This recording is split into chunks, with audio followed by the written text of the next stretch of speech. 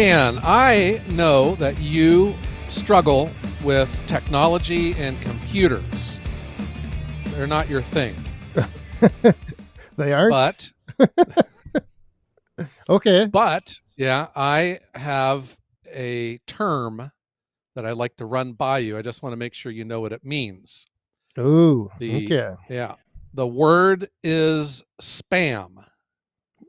Yes. I know Have you what ever heard of spam is, spam? and it's not Spam in a can. doesn't come in a can. No, this kind of spam is these unwanted, unsolicited emails that you get.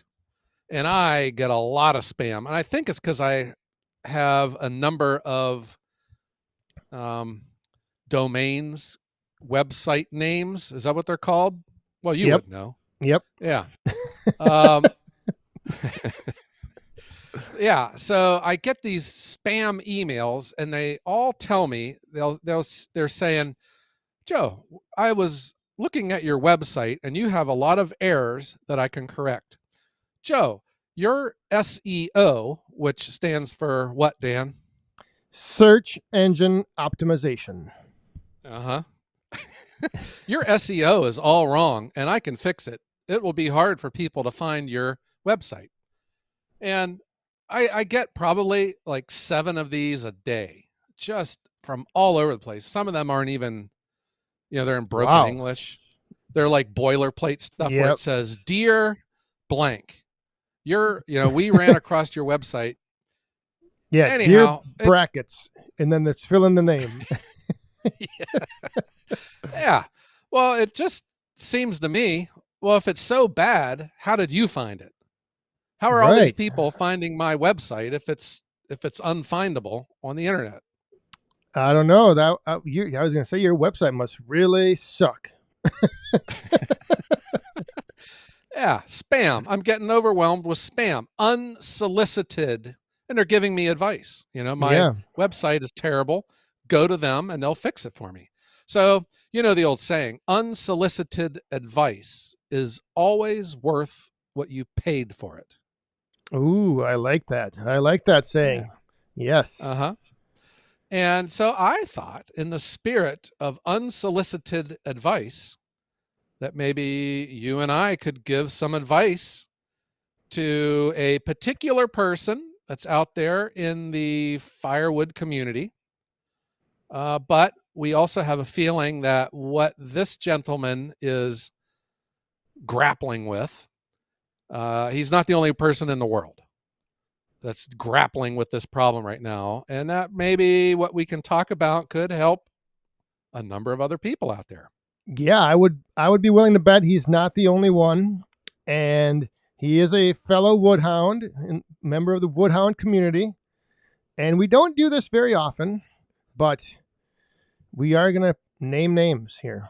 We're gonna drop his name, and then we're gonna drop his channel name. But we Yes. have reached out to him ahead of time, so we're not just doing this, randomly on the fly, because Yes. we kind of like to do that. I mean, if we're gonna bring up something, talk about it, we like to at least let the person know and get their consent. And whether they say yes or no, we'll still talk about them and say whatever we're going to say. No. Yeah, we No, don't blindside. We have a policy here on the Woodhounds podcast, but it also aligns, I guess, just with the way that you and me both operate. We don't speak poorly of other people or of other social media people. No YouTube channels. You don't hear us saying bad things about others. no, we do not. We try not Yeah, to. we At well, we least keep it not to to their ourselves. face. Behind their back, Well, that's another story. yeah. Well, it is something that I find very good, appealing about the firewood niche. Because like if you get into some of these other, like cars, automobiles and stuff, Oh, man. these guys are always like throwing rocks at each other, and you don't see that in the firewood niche. People, I think, just respect each other and know that we all like we had debates on stacking and piling and stuff, but you don't hear people saying so and so does it all wrong, and you should disregard everything he says. You don't hear people in No, the there's you friendly debates. There's back and forth. People have their feelings, their views, and I think everyone just kind of respects that and acknowledges that, hey, some people might have a different view on yeah, stacking. Bark up, bark down, piled, non-piled. It doesn't. We all get along at the end of the day. spam or no spam, solicited and unsolicited. Yeah. Yes. All right. So we, in that spirit, we are not just going to just find a video that we watched and we're going to comment on it, because we could tread upon, I don't know, hurtful or not productive opinions, right? Right. And we're not going to on this either, but we No, still wanted to make sure that this gentleman was good with it. So why don't you go ahead and give everyone a background on this? it's kind of also relevant to some of the topics that we've discussed in previous episodes on the podcast here. So that's what kind of grabbed my attention when I saw it, and then you watched it as well, and so this woodhound goes by the name of Rob. His YouTube channel is Outside in the 515, and he recently put out a short, which is just a short form video, talking about his decision to somehow, some way, sometime pursue firewood. And he Yeah. was throwing it out there, which is something that I really believe a lot in, is manifestation, just getting it out there and getting it going. Yeah. It's almost one of those psychological things that if you say it, now you got to do it. Yes. It's not a pipe dream anymore, where you just Right. have this brilliant idea, but you never take action with it. And that is what I noticed from this video. So it was a short, and there were two things that I had picked up on it, and we can talk about these too. The first thing was he expressed maybe some disenchantment with his current career, which he is a welder, correct? Yes. And I think his job has some ebb and flow to it, and he experiences like periodic layoffs, probably seasonal, maybe. I don't know. And I can just bet that during these downtimes, his mind starts grinding his gears, and he's thinking, well, maybe there's a different way to make a living. The second thing that I had picked up on, though, was at the end of his short, he said, well, like he just threw it out there for the people that listen to him. Don't start telling me to not do this. Keep your opinions to yourself. And to me, that was an important mindset that he has. It makes me think that maybe he is more leaning towards doing something, making a change. But he also knows that there's a lot of obstacles in his way. And from my experiences, they are easier to overcome after you jump in versus, is this something that you're considering before you even become a business, and therefore it's enough to make you not want to do it at all.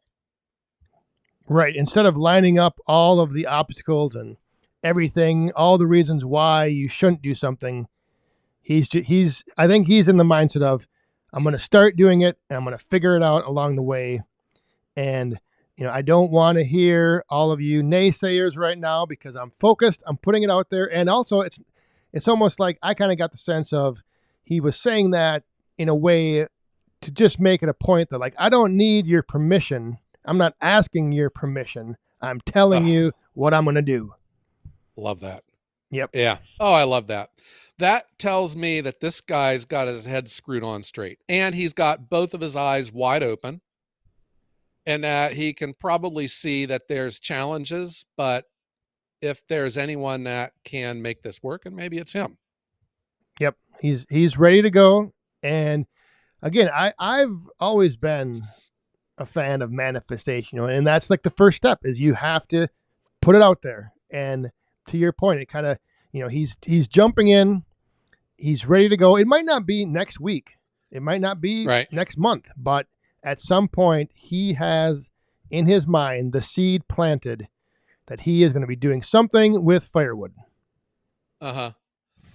So I am having flashbacks. My mom had this expression about listening to your inner voice. She says everyone has this inner voice, and your inner voice is usually correct.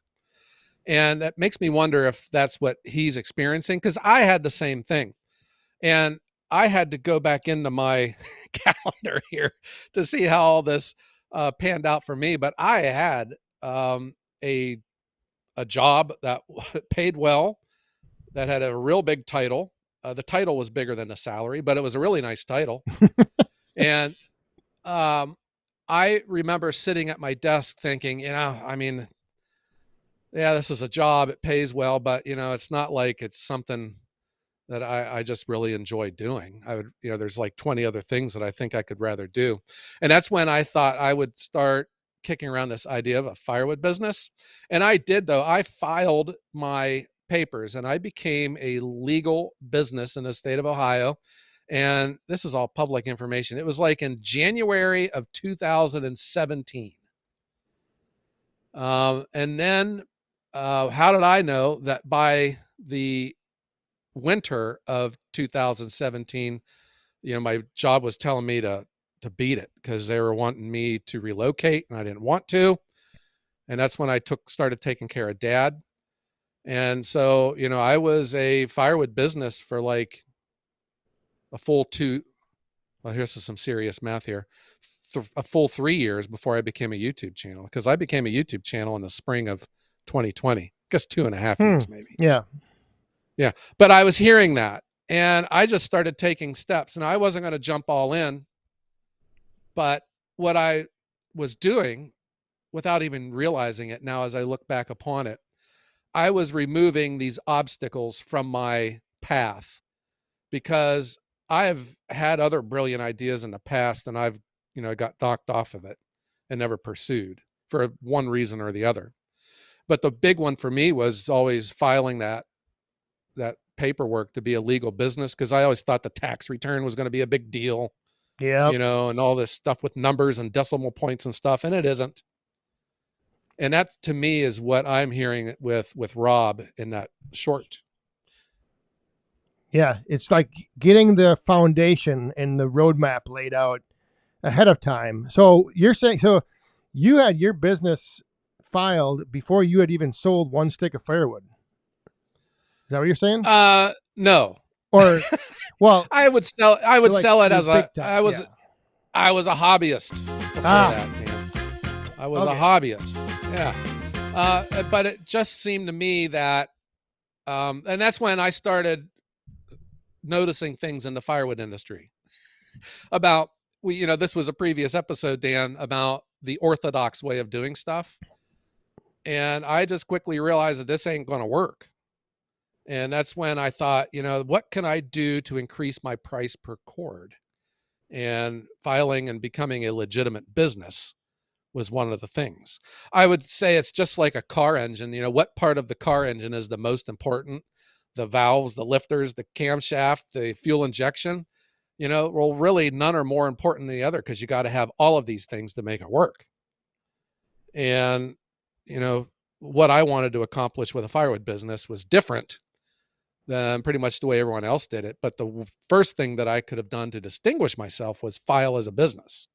And maybe that's where Rob's at. So you weren't like selling firewood for 3 to 5 years, and then all of a sudden you said, "All right, now I'm gonna make this legit. I'm gonna start the business." You like had the business plan in your mind, everything kind of filed as you grew the firewood side of things. Yeah. Okay. Yeah. I had a dump trailer and a super splitter and a number of saws, determining which one I would use as the one that would start. Well, I don't know how you ever got going with that husky then.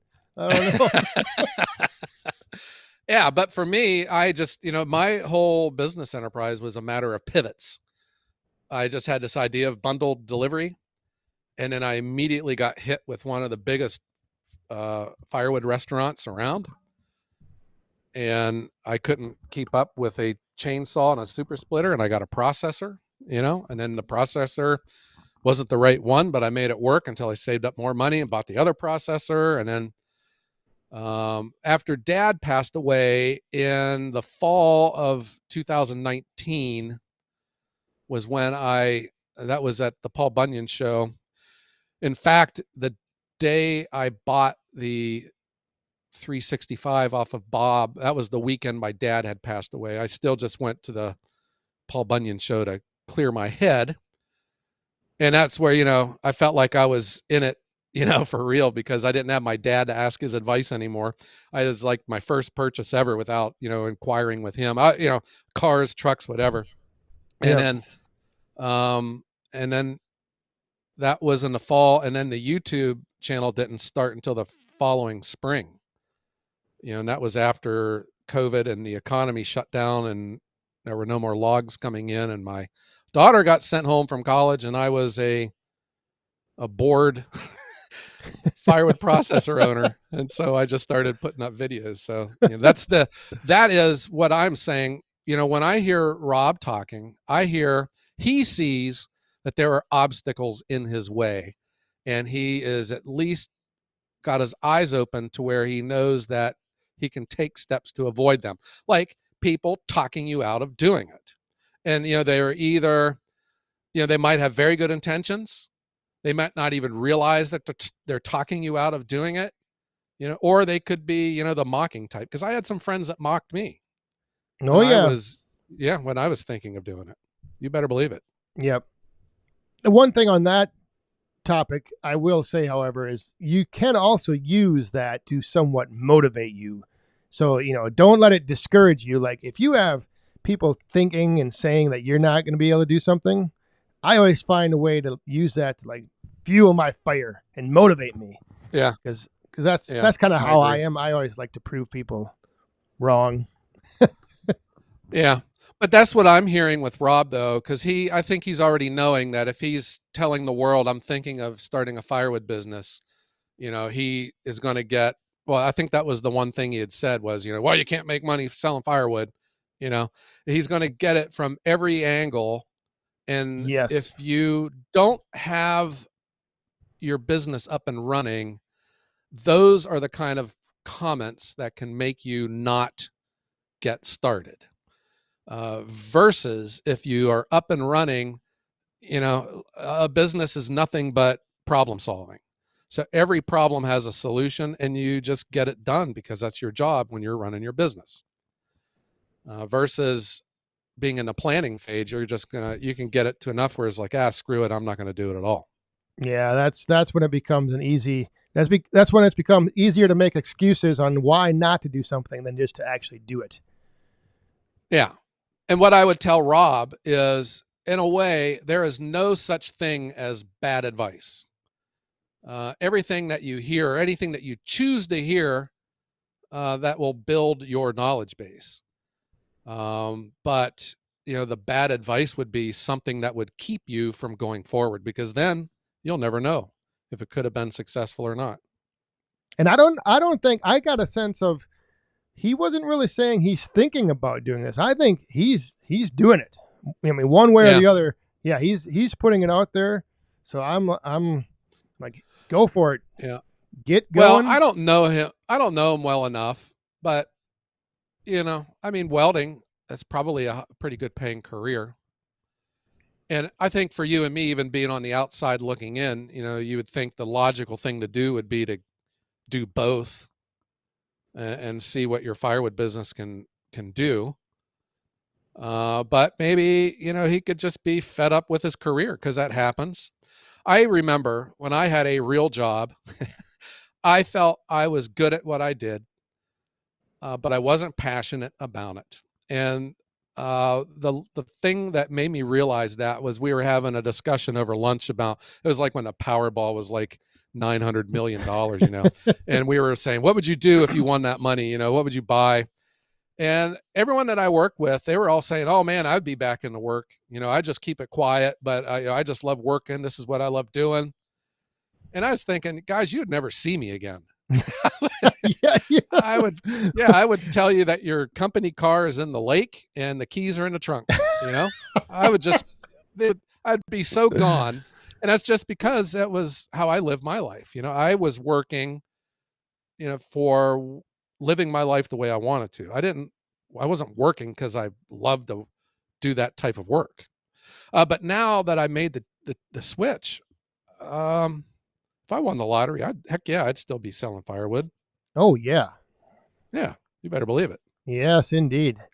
I'm Uh kind huh. of I'm the opposite actually. I've had the same experience where we've talked about at work people saying, they were like in your position. You wouldn't hear from me, you wouldn't see me again.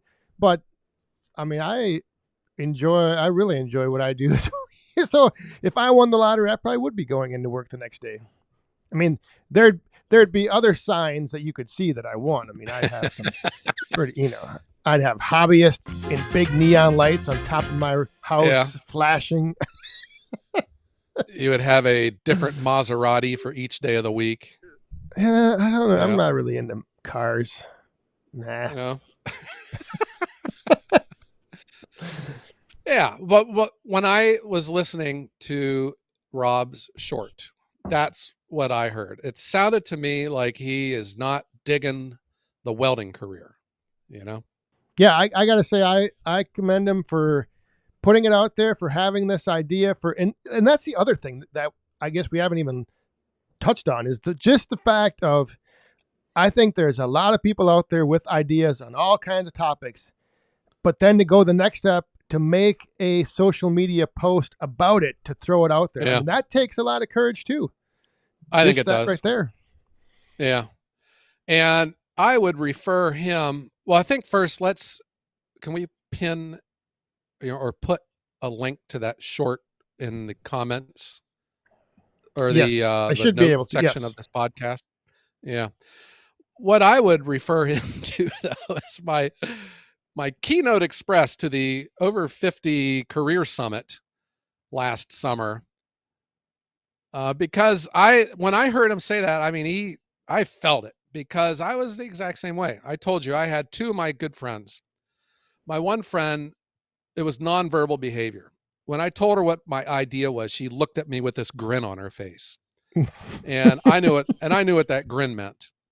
My other friend told me, he says, yeah, selling firewood. He goes, I got a guy on my street that sells firewood and he has 3 washing machines in his front yard. Just he just obviously didn't have a lot of respect for the industry. But with like Rob, what I would tell him is he's and he already does sell firewood. He has a roadside stand. He's making bundlewood. And I'm not even talking about what market to get into with your firewood. That's up to you, bud. But I would tell you, quit and don't ask people's advice at all. I think the only people's advice or opinions that matter would be your wife and your kids, and that's it. From my experiences, everyone out there, except for the people want to mock you, but a lot of people out there, they have opinions. They now all of a sudden become an expert, and their job is to start pulling out of their pocket everything that could possibly go wrong, or Oh every yeah. obstacle that could possibly be in your way to get that. And I heard it too. It's like, where are you going to get your logs? What are you going to do when your truck breaks down? What happens if you break an ankle? All of these things, and people. And I was like, gosh, I shouldn't have even asked you. No one knows your hustle. No one knows what's in your heart. And maybe just leave it at that, because a lot of these people, and that's what I had heard in Rob's short too. At the end, he was telling people, if you got something to say, I don't want to hear it. So to me, that's a good thing to hear Yep. coming out of his mouth. Yep. Get out of my way. I'm coming through. Yeah. Watch out. Uh-huh. So some practical advice though. Every state, and I don't know his skill set. Okay. My skill set was selling, administration. I'm not into numbers. I struggle with numbers. I'm not into decimal points. I've said this 1,000 times before, and I'll just keep screaming this from the rooftops. If you can balance a checkbook, you can run a business. And don't let anyone else out there tell you different. But my point is, every state in the country has a free service called the Small Business Development Center. So every state in the country has this SBDC, the Small Business Development Center. They're at regional universities around your state, and go to them, and they will help you, and they will fill the gaps of areas that you're not good with. For instance, me, they gave me a spreadsheet where I could plug in how much money I was wanting to make, and I could then figure out, well, how many cords of firewood would I have to produce, and based upon what your markup is going to be, your profit margin. And that's what got me started. It made me realize that I could do this, because the amount of wood I'd have to move, especially with the markup that I was looking at doing, was much less than your orthodox way of selling firewood. I felt like I was in the game, and that was the other thing that really got me pointed in the right direction. So pursue something like that. Yep. There's a lot of resources out there. And even now, there's more and more every day. I mean, you could even just, I guarantee you could go on Chat GPT, start asking all of your questions, business related, and you'd have answers, where to go, what to do, websites, forms to fill out, all that stuff. Oh, yeah. Oh, yeah. Yep. I really do believe, especially with the internet, it is so easy to start a business and to get it going. And that is my advice to really anyone that calls, because people call me, and that's the challenge that I had going forward. Because I remember when I was getting started, I was doing that. I was calling up people, and I remember even talking with other firewood businesses, and it was depressing, because it wasn't what I was wanting to do. And and then I would get onto those Facebook groups and stuff, and hearing these people, everything is just not my market. It might as well not even have been in the same industry.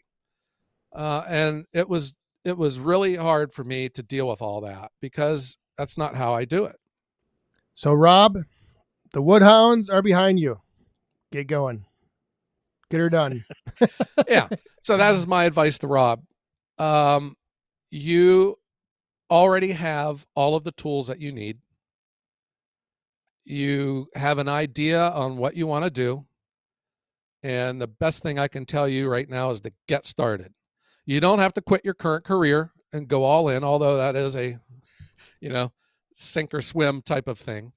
But I think you can at least get the administration done, get your paperwork filed, become a legitimate business, get branded, and get it started. That way it becomes harder for a person to knock you off your course. Because there are people out there that will do it to you. Yes, there will be haters. Oh, trust me. I have them right now. Turn off your ears. I have more don't than listen you. To whether.